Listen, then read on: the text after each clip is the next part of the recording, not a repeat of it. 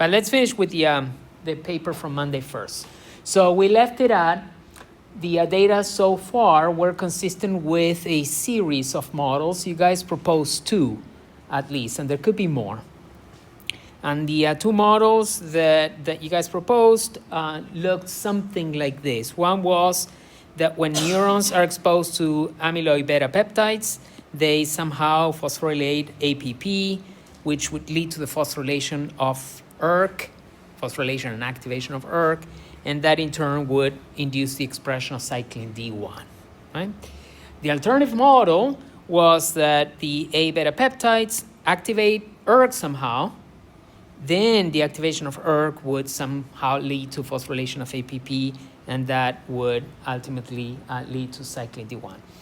This is a very linear model. One of the things that we sort of skipped on Monday is that maybe we have no reasons to believe that there is a connection between phosphorylation of APP and cyclin D1 expression itself, but it could be that the activation of ERK is doing these 2 things in parallel, right? That it's not necessarily a linear pathway, but that the activation of ERK is causing these 2 things simultaneously, phosphorylation of APP on the one hand and cyclin D1 expression on the other. Regardless, we're gonna think of them as linear pathways anyway, just for the sake of distinguishing experimentally between these 2 models. Because the models that you proposed were consistent with the data so far, so what the authors wanted to do is do some more experiments and try and tease between the 2. So what they did first was take neurons in culture, and these are neurons that do have APP protein in them, so these are APP plus neuroblastoma cells, and they added amyloid beta to the culture, right? And we kind of touched on this experiment at the end of Monday. That was weird. And what they saw when they did that experiment is when they add amyloid beta peptide to the cultures, there is activation of ERK by means of an increase in phosphorylation of ERK, and there is an activation of cyclin D1 expression. So I'm asking you guys now, these results, which of the 2 models do these results support? Support the model on the left. So what the experiment did was add AB, or A beta, and then it looked at phosphorylation of ERK and cyclin D1. And they both happen, phosphorylation of ERK and cyclin D1 expression, right? Yeah. But what about the model on the right? Model on the right shows that when you add A beta, you get phosphorylation of ERK, and that checks, and you get an expression of cyclin D1, that checks too. Without APP to decide? Ah, that's right. Because APP is present in these cells, we can't really distinguish between those 2. That's right. So these experiments don't really let us distinguish between one model or the other, right? The experiment that they did, before we get into the cells lacking APP, which they did, the experiment that they did first is to add a drug called U0126. It's a fairly common, widely used inhibitor of ERK. And the way that it inhibits ERK is not by inhibiting ERK's activity per se. What it does is it inhibits the kinase that activates ERK, right? So when they added that drug, first they noticed, or they saw that there was no phosphorylation of ERK anymore, right? Even when those cells were treated with amyloid beta peptides. So this drug can kill the phosphorylation of ERK no matter what, right? So it's the activation of ERK is wiped out. When they did that, they see that cyclin D1 expression goes down noticeably, right? So essentially what that experiment is saying is if you inhibit ERK, you don't get cyclin D1 expression anymore. So if we go back to the models, if you inhibit ERK, you don't get cyclin D1 expression anymore. So which one of these 2 models do you think these data support? Still both. Still both. In a way, I tried to make it graphical for you guys. What the experiment says is if you take out ERK, phosphorylation and activation, you no longer see cyclin D1. That's what the data say.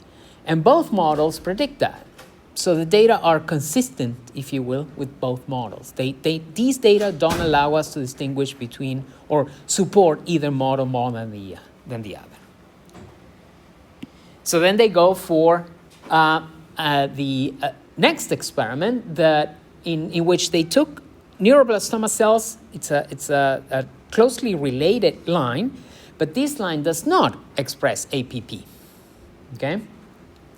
And what they see is that when the cells don't have APP, even though they still have ERK in them, they still express total ERK, the protein. None of it is phosphorylated, or barely none of it is phosphorylated. And because barely none of it is phosphorylated, there is almost no cyclin D1 expression. So now these data, do they support either model more than the other? Excellent. So what you're saying is, in this experiment, what we're killing is the phosphorylation of APP, right? Now, if the model on the left is correct, with the inhibition of APP phosphorylation, we should get no phospho-ERK, and we should get no cyclin D1. And the data do support that. The model on the right, though, says that when we inhibit APP, we should get no cyclin D1 expression. And that checks, right? There is no cyclin, or there is less cyclin D1 expression when we treat with A beta peptides, right? But what doesn't check is the fact that you're losing phosphorylation of ERK. According to the model on the right, phosphorylation of ERK should stay the same, but it doesn't, right? So this experiment, in principle, would support the model on the left more. So far, so good? So this is exceedingly common in experimental research, where you have competing models, and what you do is you design experiments that would allow you to essentially discard models, not necessarily prove the other ones. That you guys may have heard before, that in science we never really prove anything. The only thing that we can do is disprove things. And this experiment, for instance, so this is an example, for instance, in which experiments allow you to, in principle, disprove one of the models. Now, here's a slight caveat with what we just discussed. Someone might argue that the data still fit both models, and this is something that we started getting into on Monday. The reason I say that is, in this experiment, it's not like they inhibited the phosphorylation of APP. I crossed phosphorylation of APP in the previous slide for simplicity, but the reality of it is that what this experiment is doing is just adding APP here as an intermediate between A beta peptides and the rest of the pathway, right? Because it's basically saying that the whole thing falls apart if you don't have APP, right? So to be a bit more accurate in the description of these, or in testing these models, which say that this experiment is simply adding a node to both pathways. It's not necessarily distinguishing between the two, right? So the data still fit both models.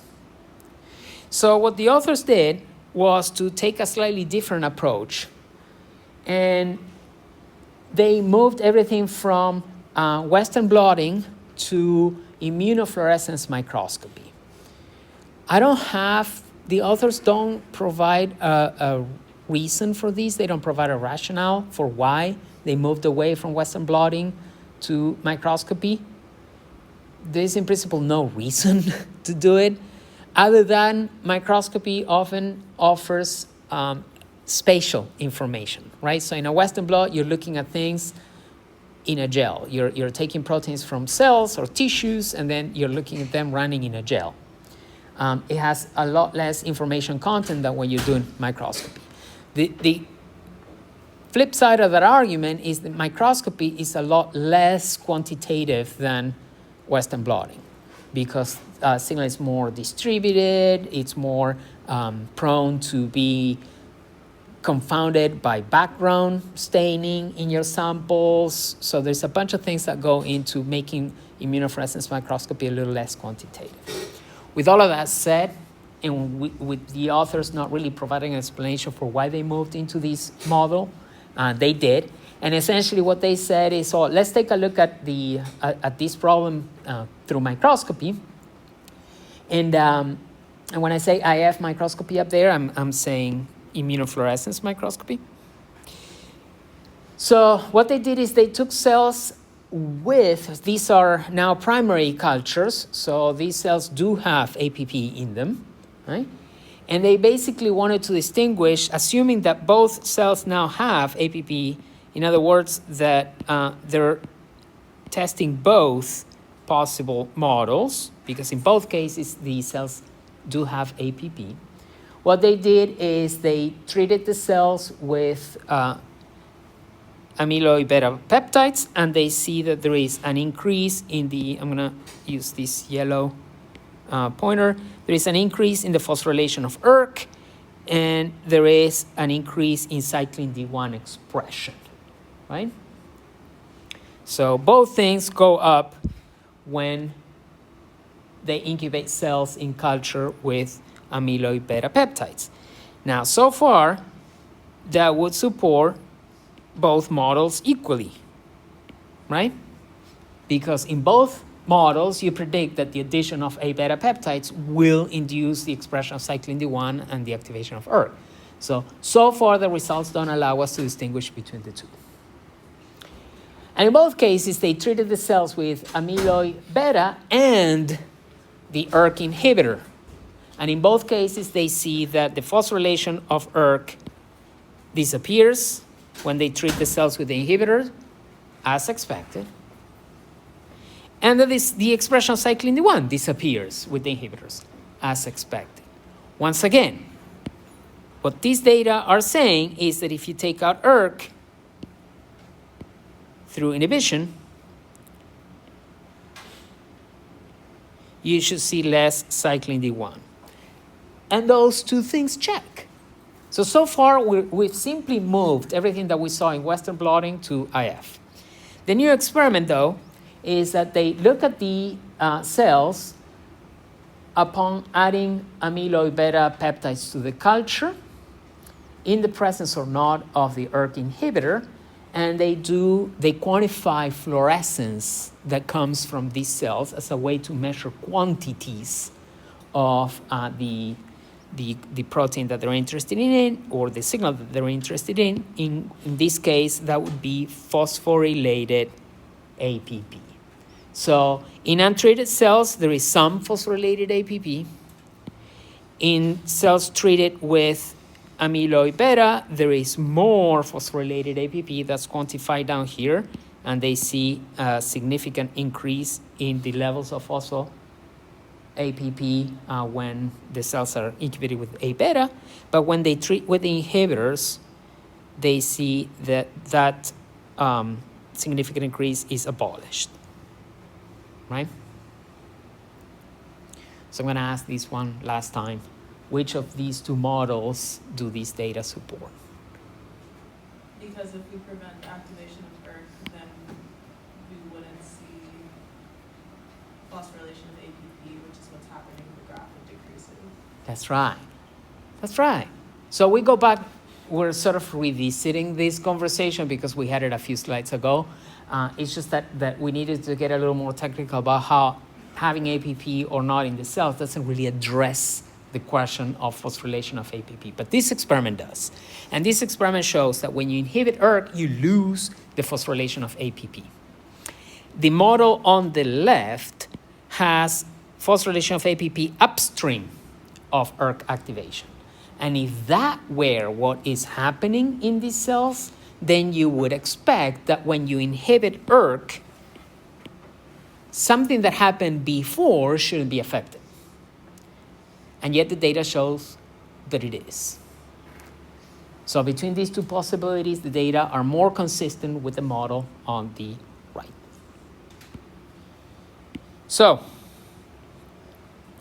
now the authors go with amyloid beta peptides through APP will activate ERK, and that will lead to phosphorylation of APP and cyclin D1 expression. Now I don't have them in a linear path anymore. I have them together as two outcomes of ERK activation because we don't know if they happen in a linear pathway or if they may happen simultaneously in parallel to each other.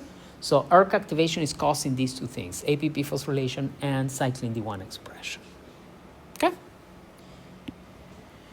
So that's where the paper stops, really. With this evidence and based on what they know about what they know, the authors propose this model. They say that the A-beta peptides and therefore oligomers that they suspect are forming in culture, when they lead to activation of ERK, they propose that A-beta is actually acting through APP itself. We hadn't really talked about what APP does in cells. We've always talked about it, and this is how we started the paper on Monday, if you recall, that the authors say everybody talks about APP as a source of A-beta peptides, which is true. But no one really stops to think about what APP may be doing in cells. And when you look at APP, APP has all of the features of a cell membrane receptor, right? It is anchored to the plasma membrane through some sort of transmembrane domain. It has an extracellular domain or an extracellular portion that has some domains that are known to participate in protein-protein interactions. So they suspect that those may be things that are there to detect the presence of certain things on the outside. And then it has an intracellular domain that doesn't have any catalytic activity. So it's not one of these receptors that can initiate cascades of phosphorylation, but APP does have a series of sequence motifs that are found in other receptors, right? That communicate the presence of ligands to the inside via this mechanism by which when the ligand is detected, the receptor will recruit GRAP2, SOS, and activate RAS, which itself would produce the kinase cascade, right? So the inside of APP actually looks like other receptors that operate this way. So what these guys are saying is maybe APP is the receptor for the A-beta oligomers. When APP binds to A-beta oligomers on the outside, there is the cascade that leads through RAS to activation of ERK gets triggered. And now phosphorylated ERK will do two things. We'll go into the nucleus and activate the expression of cyclin D1. And then I added this arrow here because they didn't have it in the paper. But what they're saying is that somehow phospho-ERK is phosphorylating APP at threonine 668. Okay? And the reason why this phosphorylation at threonine 668, which is the one that they've been detecting with Western blotting and with immunofluorescence microscopy matters, is because when APP is phosphorylated at threonine 668, it becomes more prone to cleavage by the beta and gamma secretases, which will in turn generate more of these A-beta oligomers, the toxic kind, the 40 and the 42 isoforms. Right? So what they're essentially suggesting is that if true, A-beta oligomers could generate more of themselves through a loop that involves the activation of the RAS, RAF, ERK pathway, which will lead to phosphorylation of threonine 668, which will induce cleavage of APP by gamma and beta secretases, which will generate more amyloid beta peptides, and we start the whole process again. Okay? So that's one interesting aspect of the model. This is a model. They have no evidence to support any of this. It's just a model. The other thing that they introduce in the discussion is this idea of why would any of these matter for, why would the increase in the expression of things like cyclin D1 matter for progression of AD? And the reason they put this question forth is relatively simple. Let me ask you this very general question. Do neurons divide? Most of you are shaking your heads no. Yeah. They're post-mitotic, right? That's what we know about neurons. And that's true. And that's true, and the authors know it too. So what the authors are saying is, why would things like overexpression of cyclin D1 matter in this context? In the discussion, they bring forth an interesting argument. What they're saying is, neurons are post-mitotic. If you flood them with signals that say, you should divide, you should divide, you should do mitosis, come on, divide, they go into a crisis. And now they have this conflicting information telling them, divide, divide, divide. That comes from, let's say, overexpression of cyclin D1, activation of the RAS-ERK pathway that leads to overexpression of many other pro-mitotic genes. But then, on the other hand, everything about themselves tells them you shouldn't divide. Right? So what they're saying is that this cell cycle deregulation, telling post-mitotic cells that they should undergo mitosis, makes them go into some sort of crisis, a mitotic catastrophe, the authors call it, a mitotic catastrophe that will lead to neurodegeneration. Okay?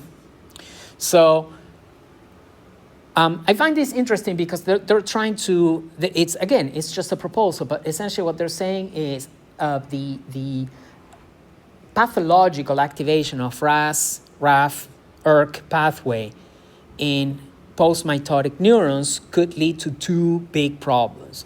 One, these cells might engage in some sort of positive feedback loop by which they continue generating more and more amyloid beta peptides that could go and be toxic to other neurons. And also, this increase in cell cycle genes within the neurons will make these post-mitotic cells get really confused and go into some sort of catastrophe that makes them die. Okay? Did that make sense? Yeah? Cool. So the two interesting outstanding questions from the paper. One is that there seems to be this bit of contradiction or what's first, chicken or the egg kind of problem here, because on the one hand, we're saying that A-beta oligomers are necessary to activate these kinase that might phosphorylate APP, but then we're saying that before that can happen, there is already a phosphorylation event that initiates the whole thing, because we need phosphorylation of the APP receptor in order to recruit GRAP2 and SOS and activate RAS. And the authors obviously don't go into what that initial phosphorylation might be, or by whom, or what molecule inside of the cell is doing any of this. They're simply saying binding of A-beta peptides to the APP receptor might trigger the RAF-ERK cascade, but they're not going into how that might be, right? The details of how that might be.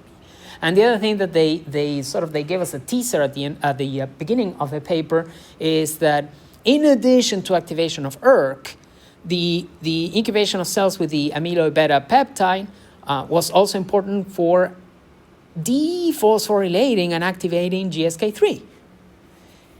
Right? If you guys remember, there was that with progression of the disease, GSK3 was less and less phosphorylated, which made it more active. And phosphorylation of GSK3 is important for phosphorylating both APP and tau to form those neurofibrillary tangles. So that's great, but they didn't go any further into explaining how that could happen, right? So those are two sort of outstanding questions. Comments, feedback, questions? Yeah. So the issue is that we don't know how GSK3 is activating? Yes. So they went a few steps in characterizing how APP gets phosphorylated via the ERK pathway, for instance, by using the U0126 inhibitor, right? So they asked questions about what happens when we stop phosphorylation and activation of ERK, but they never really asked any questions about what happens when you inhibit GSK3. Will this phosphorylation of APP stop or not? Are these two events connected together? What does GSK3, if anything, have to do with activation of cyclin D1 and so forth? So what I'm saying is that's why I was half-jokingly saying that they shared a teaser with us, right? So the first couple of figures, they say, by the way, there is activation of GSK3, but then they never pursued that any further.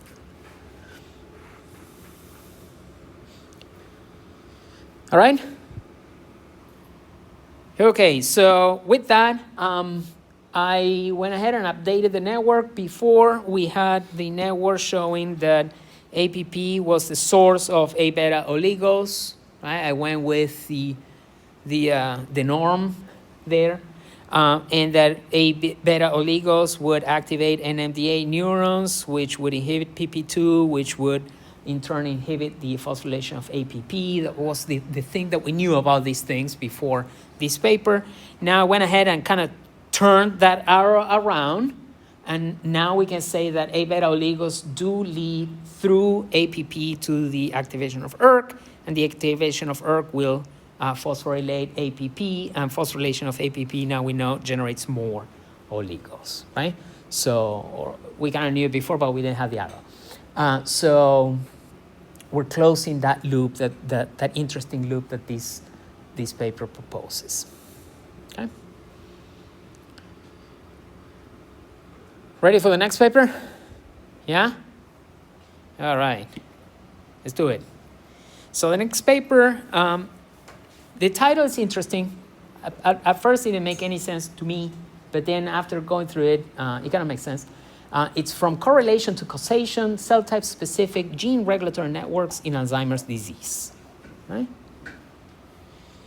Published last year in Alzheimer's and Dementia Journal. It's a pretty good journal.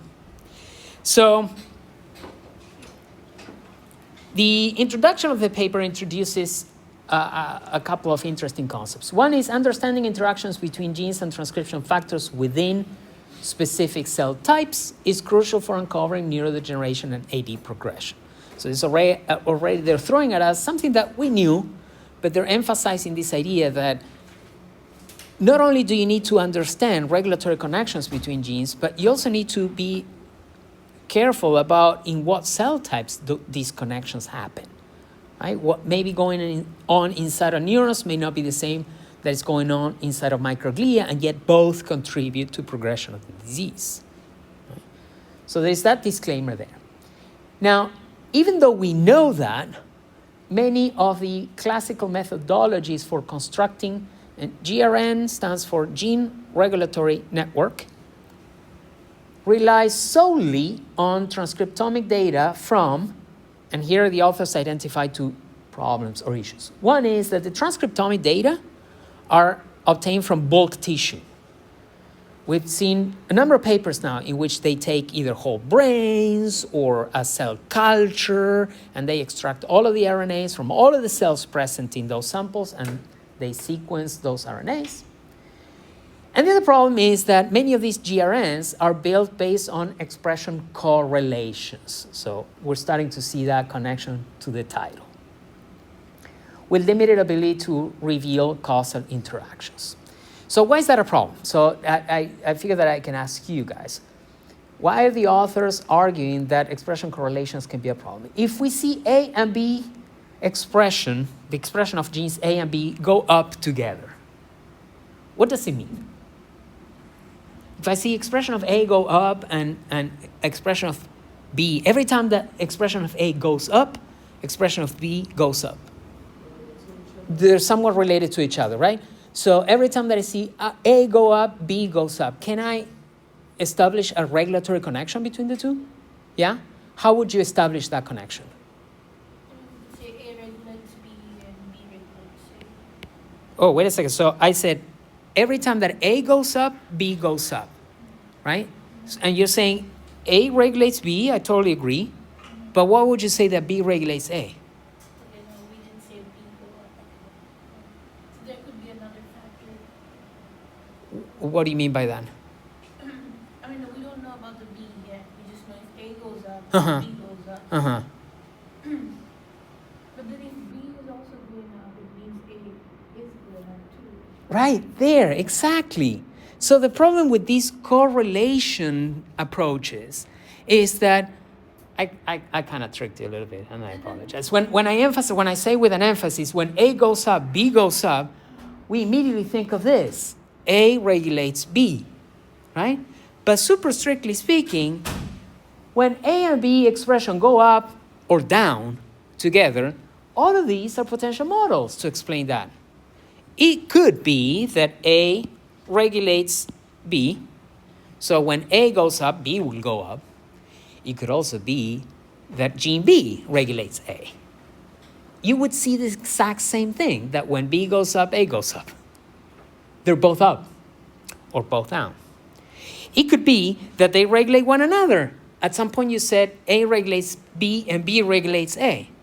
I'm not saying that it's always the case, but it's consistent with the data. It's consistent with that correlation between the two. And then finally, it could be that there is a third factor, gene C, that is regulating both the same way. So you see them go up together because there is a third factor regulating them both. Anytime that people extract RNAs from bulk tissue and they do expression correlations, they can't really tease out among any of these. All they can say is, I see A and B go up together or go down together, so they're somewhat related. Somewhat related, right? So far, so good? So, things have progressed since those early studies, since what the authors call the classical methodologies. And for one, we now have the ability to do single cell data, not bulk tissue. So now we can extract an organ, like the brain, from an animal, and then apply technologies that allow us to sequence the RNA that was present in each cell separately from every other cell.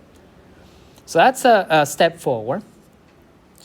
But even when we do that, many of the efforts to build GRNs move to looking for correlations between major transcription factors, anytime now that you see TFs, that's what it means, transcription factors, and their putative targets. Okay? And the putative targets. Potentially overlooking the regulations where non-transcription factors act as upstream regulators. So the way that this works is we still have A and B going up, right? But what I'll do this time is, if A, first I'm going to ask two questions. One is, I'm going to ask two questions of the data, right? One is either of these, A or B, a transcription factor? And if the computer says, yeah, I know that A is a transcription factor because it has a typical zinc finger domain or a helix, turn helix domain, so I know that it binds DNA, and it's very closely related to this or that other transcription factor, belongs to this family. So let's assume for a second that gene A is a transcription factor.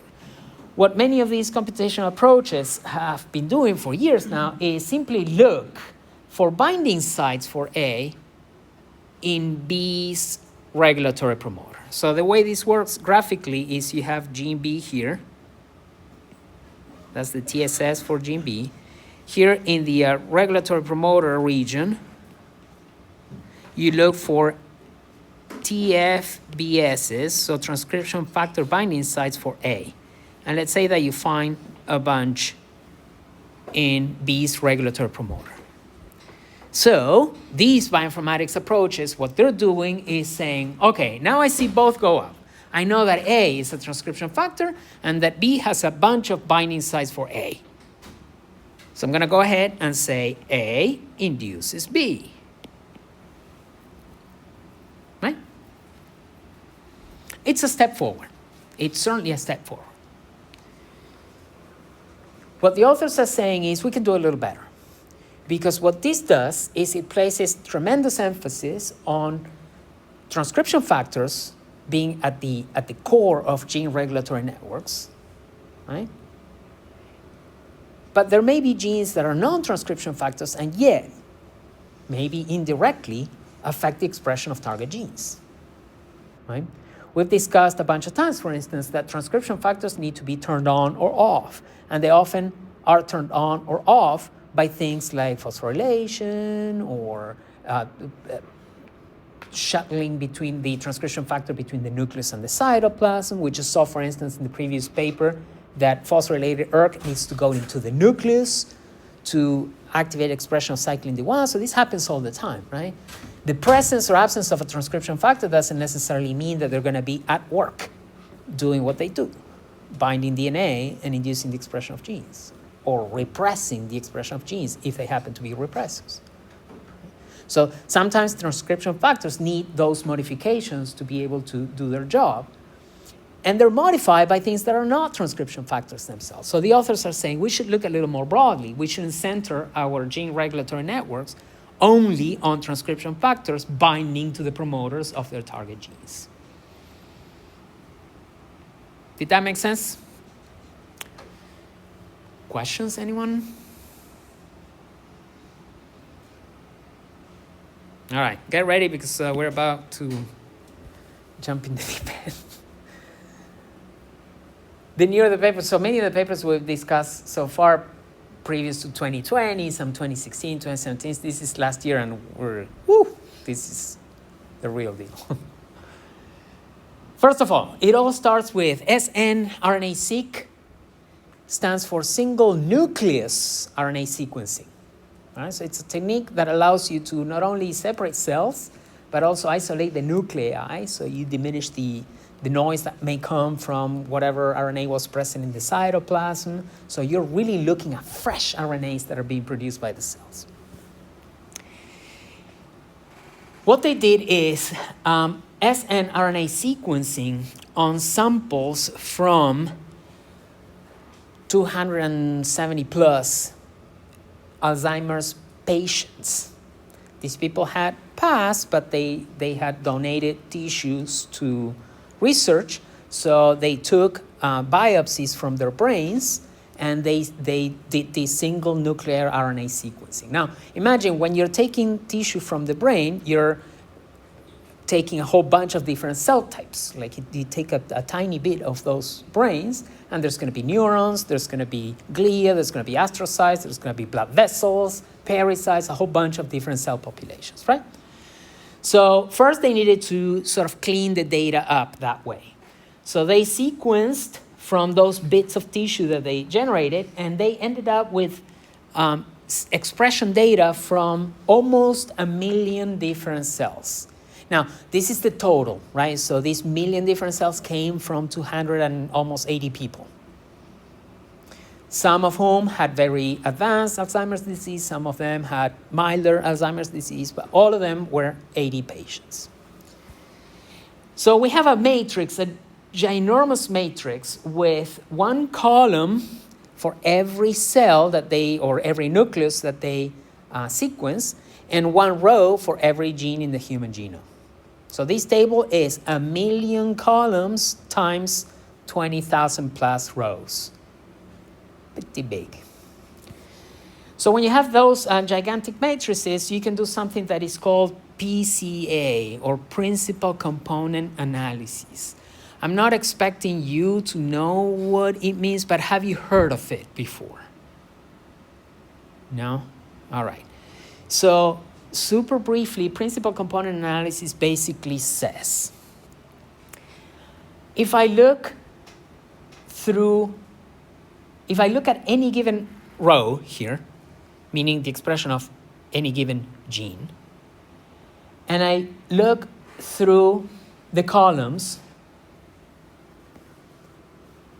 the expression levels that I see for that gene across my cells, in many cases, it may be always the same.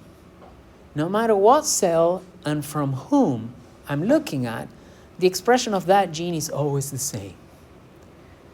We could expect that, for instance, from a housekeeping gene.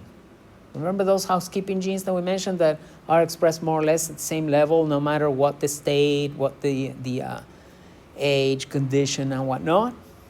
So you would expect that housekeeping genes don't change much in expression across your samples. For other genes, on the other hand, you might see a lot of variability, right? So for other genes, you may see that they're highly expressed in some of your samples, very lowly expressed in some others. So PCA, that stands for Principal Component Analysis, what it does is it says, let's do this. Let's combine the arrows that explains most of the variation across my samples. So take all of the rows, I said arrows, I meant rows. Take all of the rows that explain most of the variation across my samples, and let's combine them in such manner that now I can see how these things co-vary together, right? So you do that not with all of the rows at once. Instead, what you do is you treat each of these rows as if they were some sort of vector, right, that will inform you about what the degree of variability might be across the samples. I'm getting a little too deep into the whole thing. So the bottom line is that you pay attention, out of these 20,000 genes, you start paying attention to many fewer of them, it may be in the tens or hundreds, that are most informative about what sample you may be looking from, right? So what sample you're dealing with. And when you do that, you essentially take a matrix that was 1,000,000 by 20,000, and you turn it into essentially a matrix with two axes. So all the values for all of those rows combined turn into a number for principal component 1 and a number for principal component 2. So a space that had 1,000,000 times 20,000 dimensions turns into a two-dimensional space, X and Y, right? And then you plot the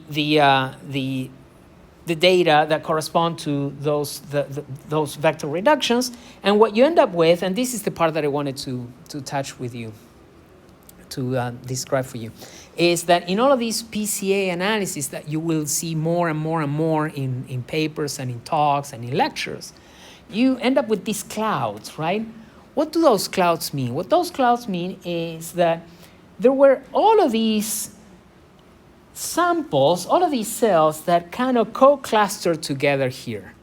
All of these cells that co-cluster together here. All of these cells that co-cluster together there, and so forth. What that means is that those clusters of samples behaved more similarly to each other than to any of the other ones. They're clustering because they're more similar to each other than the rest. Then you can go into any of these clusters and ask about some key genes that you know are associated to neurons or microglia or astrocytes, and you simply slap a label on them. So if I go into this cluster here and I see, and I ask, are these guys expressing, I don't know, some gene that I know only astrocytes express, then I can tell, oh, okay, so these are the astrocytes. I do the same with microglia. These are excitatory neurons, these are inhibitory neurons, oligodendrocytes, and oligodendrocyte precursor cells, right? So they can go in and reassign all of those clusters. So the way I say, or the reason I explain all of that is because they went from millions and millions and millions of data points, and they can do this dimensional reductionality such that now they, instead of having one matrix that is 1,000,000 times 20,000, they end up with separate matrices for each of the cell types that they identified through PCA. And each of these matrices are a lot smaller. Now they have 20,000 rows, right? And for columns, instead of treating each cell individually, they say, now that I know that this cell is an astrocyte, now that I know this cell is a neuron, that I know that this cell is an oligodendrocyte, they can combine all of the columns into fewer columns, right? So now they combine all the columns that come for a given cell type, and that becomes a separate table. And the only variable that remains itself is what individual they came from. So this turned from a 1,000,000 times 20K to essentially a 280 times 20K, because 280 was the number of patients present in this study. Does that make sense? But they have 6 of these tables. They draw 4 here, but because it's a cartoon, but they have 6 of these tables, 1 for each of the cell types that they identified in the study. Okay? Questions, anyone?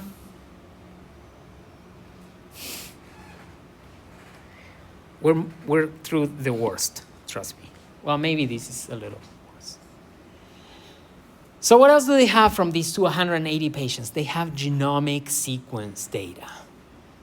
All these people, when they passed, they sequenced their genomes, right? So we have these aggregated cells per, before I had person. Now, since we have their genomic sequence, we can say that we have these aggregated cell data per genome. With genomic sequence data, they can go, for each of the columns in this table, for each of the individuals in this table, they can go into each of their genes, and ask, are there any variations, or are there any, in this case they ask for SNPs. SNP stands for single nucleotide polymorphism, meaning, do these people show any differences in one letter at a time? One letter at a time, one nucleotide at a time, in the sequence that surrounds a gene, right? The sequence that surrounds a gene is called the cis regulatory region. They looked both upstream and downstream of all these genes, because we know that sometimes gene regulators can operate upstream of the gene that they regulate, because DNA bends and they can go backwards, right? So basically, they took the cis regulatory region of surrounding all of the genes in each person, and they asked, do I see any DNA sequence variability here? And by doing that, because they have the genomic sequence for everybody, they can they can identify what they call variable regions or variable sequences that correspond to those SNPs. So V1 may be an ACGT that in most people is ACGT, but in some individuals is AGGT, in some other individuals is ATGT, and in some other individuals it may be AAGT, right? So far so good? So we have what the genome for each person looks like, and we have what the expression of that gene in that person looks like. So what the authors do next is they see if there is a correlation between a given variant in the cis regulatory region of a gene and the expression of the gene itself. The way they do that, I'm going to now bring your attention to these graphs up here.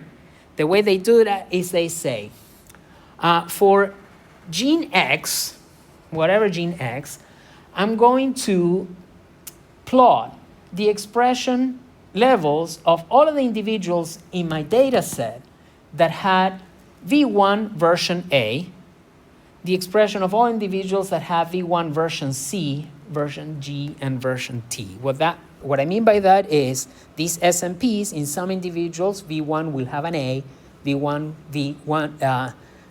in some individuals will have a C, in some individuals will have a G, and in some individuals will have a T, right? I can do that for V1, I can do that for V2, V3, V4, and V5.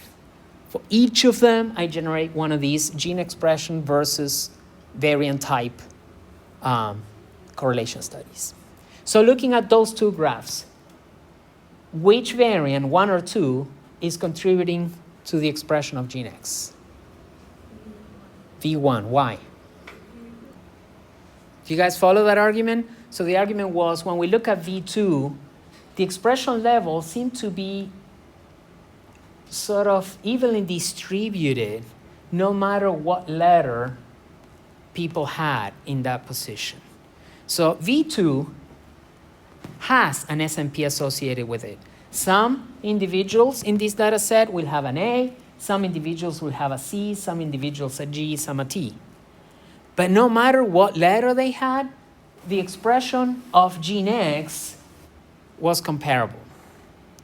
For V1, on the other hand, there is a tighter correlation between the letter that was present in V1 and the expression levels. Those individuals with a G in V1 had very high expression of gene X.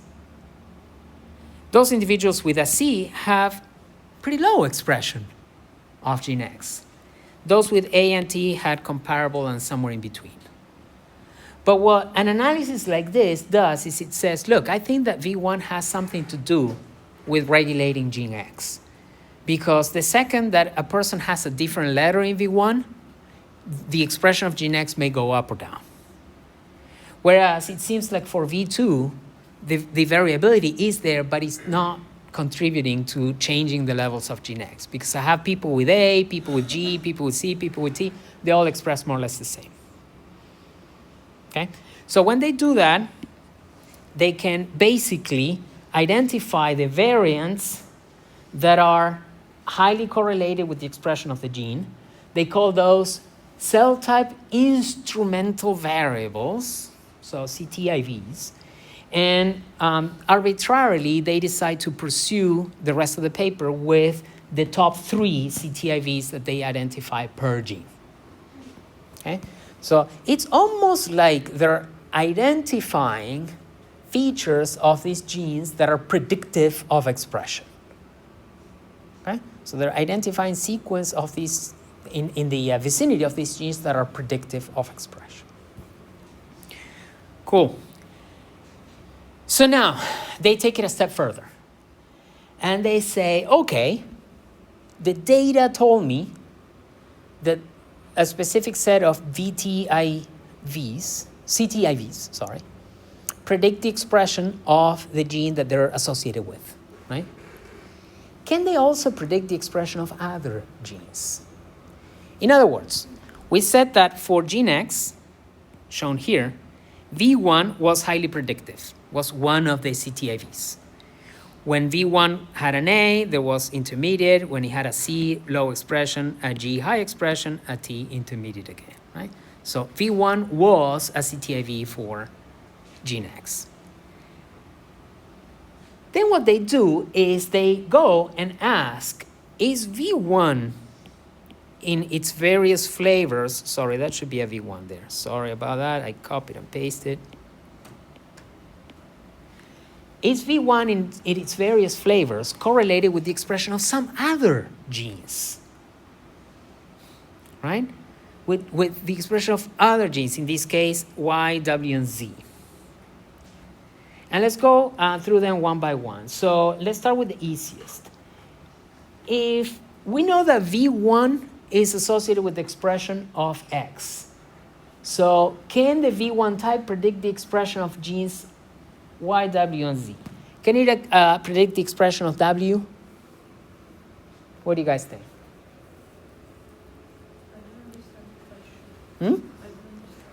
Can the V1 type, A, C, G, or T, predict can it be useful to predict the expression of W? These are all cartoons, right? So they were not in the, but this is the methodology that they used, right? So essentially what they're saying is, I know that when someone has V1A, or better, V1G, they have really high levels of gene X. And when they have V1C, they have really low levels of gene X. Now they're asking, when someone has V1C or V1G, can I predict what's going to happen to gene W? And what do you guys think?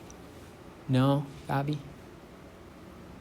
So you went a step ahead. But yes, the idea here is that we use the same reasoning that we used before. Here we have the V1s for gene X, but there is no tight correlation with expression of gene W, meaning that whatever happens to gene X is not predictive of what happens to gene W. In other words, there is no connection here.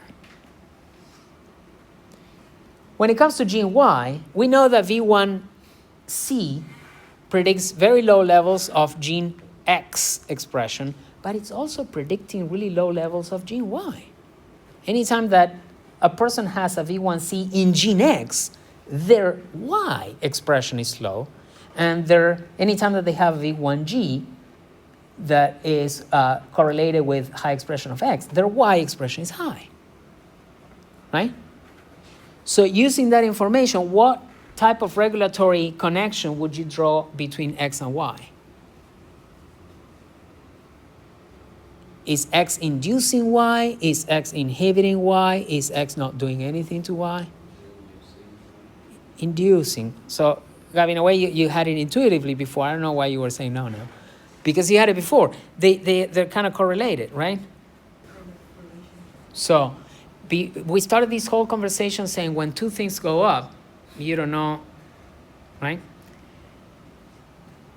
The reasoning behind this is a variant that is physically associated to gene X cannot say anything about what should happen to gene Y unless it is through X expression.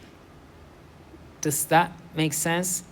The idea here is when you have genes X and Y be high together, they could be high because one regulates the other, because the second regulates the first, or because a third gene regulates both, right?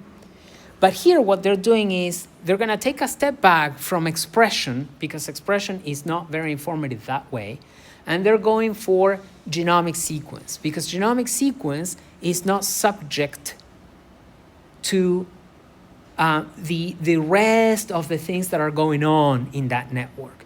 Genomic sequence is, if you will, is the instruction manual that these people inherited from their parents.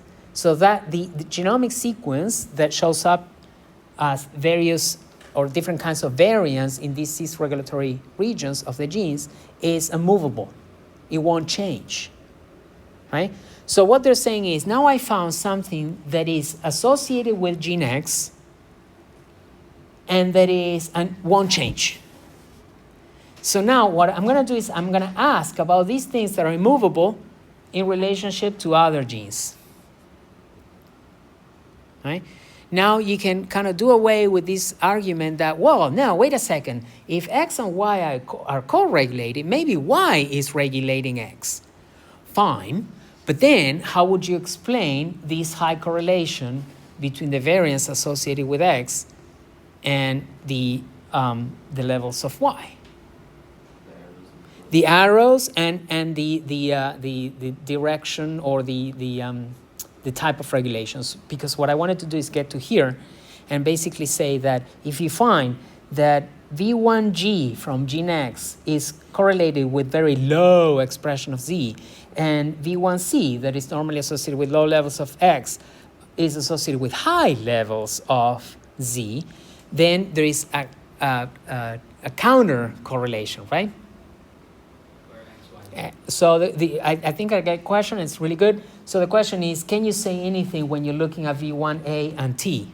Because those two had intermediate levels for X, they give you intermediate levels for Y. So are A and T telling you anything? And the answer is no. But what you're going for is V's or CIVs that had very high correlation coefficients, you move them on to the next gene. In this particular case, A and T did not contribute to that correlation, but C and G did. The reason why V1 is a good CTIV for gene X is because there were at least 2 variants that were very highly correlated with expression of this gene. The other 2 were kind of neutral. But in terms of the information content, the fact that these are intermediate doesn't matter as much as the fact that these 2 are co-correlated, right? So the whole thing behind this is that now I'm taking a step back, and instead of saying, I see gene Y expression go up when gene X expression goes up, and then we get into those weeds that we were discussing before. Is it that one regulates the other, or vice versa, or is a third one regulating both, and so forth? You're taking a step back and saying, all right, what is something that doesn't change, that can't move around? It's the genomic sequence that is present in each of these patients. And then from genomic sequence information, I'm asking which of these genomic variants correlates with the expression of X, and then from there, does it correlate with the expression of other genes? And they did that across the entire genome and across all genes, and they basically identified any times in which statistically they could say, yeah, X activates Y or X inhibits Z. All right. So we went from a whole bunch, almost 1 million cells or nuclei and RNA sequencing from them, all the way to a bunch of gene networks that are cell type specific, because they repeated this process. Remember how we had 6 different matrices? They can do these 6 different times for different cell types. And now we have 6 different networks that they can explore further. So now we're going to go through some results. None of this is like really all that informative, but I think that it's important for you guys to appreciate how these networky papers are approached, because none of this has any post hoc experimental validation for the most part. These are typical bioinformatics papers in which they use really high-level math to come up with some conclusions, but all of this needs to be tested later on, right?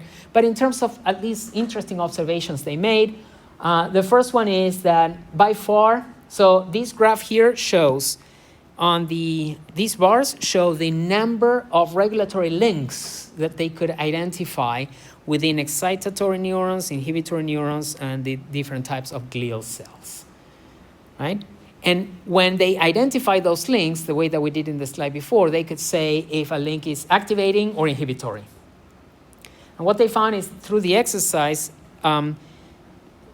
number one, neurons had by far way more links within them than the glial cell types. It's almost like in neurons is a lot more conversation between genes going on than in the glial cell types. And those conversations were by far dominated by upregulations. Very few inhibitory links that they identified. It was always upregulations. Here the graph on the right shows the intersection of those links that they identified that were shared by more than one cell type. So the way to read this graph is excitatory and inhibitory neurons had a lot of shared interactions. Excitatory neurons and astrocytes, fewer. Excitatory neurons and oligodendrocytes, even fewer, and so forth. Are you interested about 2 types of glial cells? Let's look at astrocytes and microglia, very few. Bottom line is, if you see how many links they found in these cell types, the lowest number was in the 500s. And how many of them were shared? Most of them are below 10. The conclusion from this was, we can find all of these links within the cell types. Very few of them are shared across cell types. What's going on in one cell type is very different from what goes on in a different cell type. Okay? It's not like we're finding the same regulatory links over and over. What I see in excitatory neurons, only 150 I see in inhibitory neurons, even though excitatory neurons had 4,000 links in them. But it gets better. What I see in excitatory neurons, only 12 of them overlap with what I see in oligodendrocytes, even though there were 4,000 in one and 1,000 in the other. Very few overlap. Then the other thing that they did is they said, okay, I'm going to look at all of these links within my networks, because when you start connecting things to one another, and you end up with networks, right? And I'm going to look for hubs. And they identify hubs that they call regulatory hubs. These are nodes in the network or genes in the network that have a lot of arrows going out of them, right? And then they identify responsive hubs. These are genes which have a lot of arrows coming in, right? So they identify these hubs, and again, they compare them across cell types. So in this graph, you see that the first column is the excitatory neurons, then the inhibitory neurons, astrocytes, oligodendrocytes, and so forth. What you see is that the hubs that they identified in excitatory neurons are absent from the rest of the cells. The ones that they identify in the inhibitory neurons are absent from the rest, and so forth. With the exception on top, those guys there, you see that they were present across the cell types. So what they're saying is we can use this graph because those hubs there are important for different cell types. We should go look into them. Okay? And perhaps, in my mind, more importantly, they said, okay, it's not like we know nothing about the genetics of Alzheimer's disease. They asked this question. There is experts in Alzheimer's disease that did a bunch of studies, and they came up with a list of 20 genes that are known to legit be associated with progression of AD. So they basically asked, do we see these known AD genes in our networks? So anytime that any of these 20 AD genes showed up in a network, black box. Anytime that they couldn't find them in any of the networks, white box. Take a look at that and tell me, what do you think? Is this approach working? You take an approach to identify genes associated or networks associated with AD, and then you ask, how many of the genes that I know are important for AD show up in these networks? Is this good news or bad news? So some thumbs down. Some of it's good news, and then some of it's You're ready to be a politician. I would say it's good in the sense that there's ones that clearly don't even show up in Uh-huh. protection, which means those are outliers that you're going to figure out why they're not showing up at all. Okay. Or if there's ones that are consistently showing up, like there's some that have fully. 4 of them. Do you see any that you recognize that have 4 of them? Or Allergen has 2, which is, it makes sense. And then there's APO52 and APP with 4. ApoE, APP, we talked about these guys. So they're showing up, right? So in a way, it's good news. And I like what Lucy's saying. Lucy's saying, well, but whenever you don't see one that you expected to see, at least it tells you what questions you should ask. What is it? Why is it that I'm not seeing it? And in fact, for those of you who may not have had a chance to participate today, the class participation assignment is about that, about how come that some genes, I think I chose PSEN2, which we know is associated with AD, are not showing up. There may be a bunch of reasons, and you can hypothesize about that. Is this focused all on Alzheimer's? All on Alzheimer's. Imagine that the network they built from brains that they took from Alzheimer's patients. It's all Alzheimer's. Right? That's why they went back with genes that they know to be associated with Alzheimer's, and they asked, are they showing up in our networks? So it's a bunch of, you were saying no, it didn't work. Why were you saying that? Yes, beautiful.